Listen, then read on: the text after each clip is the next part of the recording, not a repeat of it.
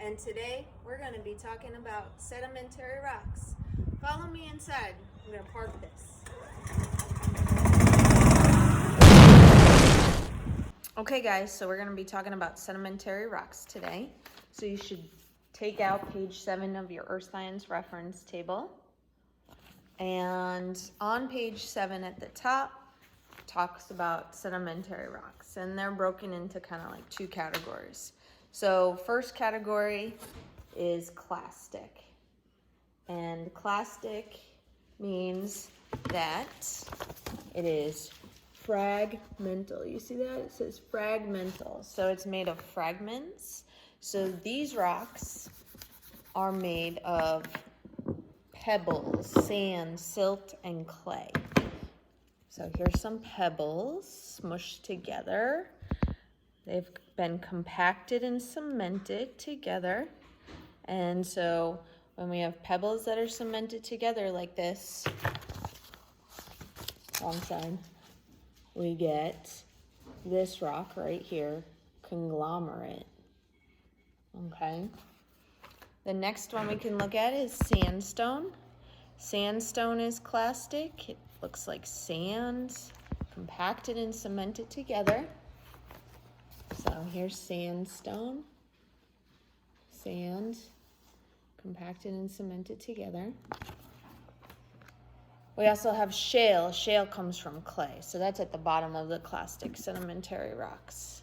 Okay, so shale, I mean, you can have a bunch of different colors of these rocks because it's not really based on mineral content, it's based on what type of sediment makes up the rocks. So shale comes from clay, sandstone comes from sand, and conglomerate comes from pebbles. Okay, so I said there's 2 types of sedimentary rocks, but there's kind of like 3. It just is separated into 2. So we just covered clastic, and now we're covering down here, crystalline and bioclastic. Ooh. Okay, so first one is crystalline. Crystalline rocks form from the evaporation of ocean water, seawater. And so what happens is the mineral halite or gypsum dissolves in ocean water, and then the ocean water over time evaporates out, and you're left behind with the precipitates, the leftover stuff, okay, because salt doesn't just evaporate out of the ocean. So this is how we get salt mines. Okay, so evaporation of seawater gives us these crystalline rocks, like rock salt, rock gypsum, and we got some dolostone. Limestone can be either or, okay? Limestone's kind of crazy. It's like this rock that can just look like a bunch of different things. All right, so those are all your chemical precipitates, crystalline sedimentary rocks. The last one is bioclastic. So biology, which you took last year, bio meaning life, clastic meaning fragments, fragmental. So bioclastic comes from things that were once living. So on your reference table, there's 2 of them. We've got limestone or bituminous coal. So limestone can look like shell fragments. Do you see those shell fragments? And then bituminous coal is dark and black, and it comes from plant remains. Those formed 300 million years ago during the Carboniferous time period. Okay, so sedimentary rocks, if you look at your rock cycle, page 6, you can see that sedimentary rocks form from, where is it? Sedimentary. Compaction and cementation of sediment, burial and deposition, weathering and erosion. So those are the processes that form sedimentary rocks.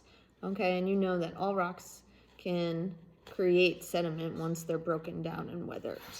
Sedimentary rocks are probably the most abundant, they are the most abundant in New York State.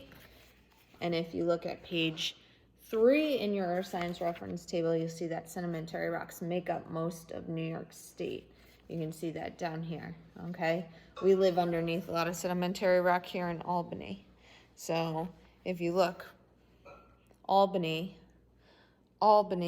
limestone, shale, sandstone, and dolostone. We got a lot of sedimentary rock here. So why are sedimentary rocks important?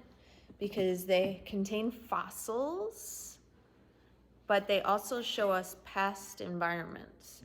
So if I find, like, Western New York has a bunch of rock salt and rock gypsum, then I know, okay, that rock comes from the evaporation of seawater. So how did it get there? Well, it got there because there used to be ocean water here.